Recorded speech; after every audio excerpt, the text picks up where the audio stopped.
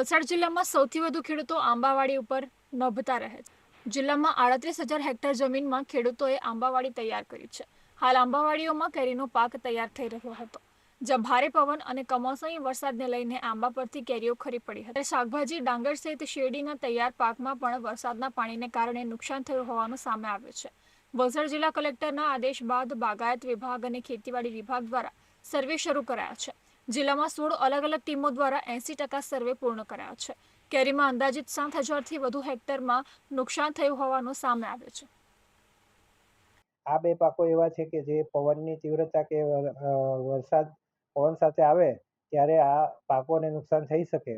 તો એવા આપણા લગભગ 42,000 હેક્ટરમાં આપણે સર્વેની કામગીરી ચાલુ કરેલી છે અને હાલમાં આપણે લગભગ 80થી 90% સર્વે ગઈકાલ સુધીમાં પૂર્ણ થઈ ગયેલો હતો અને આજે બાકીનો સર્વે પૂર્ણ કરી અને આ ટીમો જે છે એ ટીમો સાથે તમામ ટીમો સાથે આજે અમે બેઠક કરી લીધી છે અને સર્વેનો રિપોર્ટ સાંજે 4 વાગ્યા સુધીમાં આપી દઈ અને એ રિપોર્ટ આવ્યા પછી અમે એને આગળની કાર્યવાહી માટે જિલ્લા વહીવટીતંત્રને રજૂ કરીશું. અંદાજિત કેટલું નુકસાન?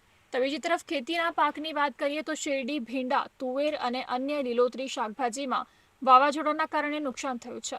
હાલ 15થી 20 ધરમપુર અને કપરાડા સહિત 20 ગામોની આંબાવાડીમાં નુકસાન થયું હોવાનું સામે આવ્યું છે. ખેતીવાડી અધિકારીએ જણાવ્યું હતું કે બંને વિભાગો દ્વારા સર્વે પૂર્ણ થયા બાદ નુકસાની અંગેનો રિપોર્ટ સરકારમાં મોકલવામાં આવશે અને ત્યારબાદ અસરગ્રસ્ત ખેડૂતોને વળતર ચૂકવવા માટેના પ્રયાસો હાથ ધરવામાં આવશે. શાકભાજીમાં નહિવત છે, એમાં 15થી 20 હેક્ટર સુધી નુકસાન જોવા મળી શકે એમ છે. એમાં ખાસ કરીને ધરમપુર અને કપરાડામાં નુકસાન જોવા મળશે.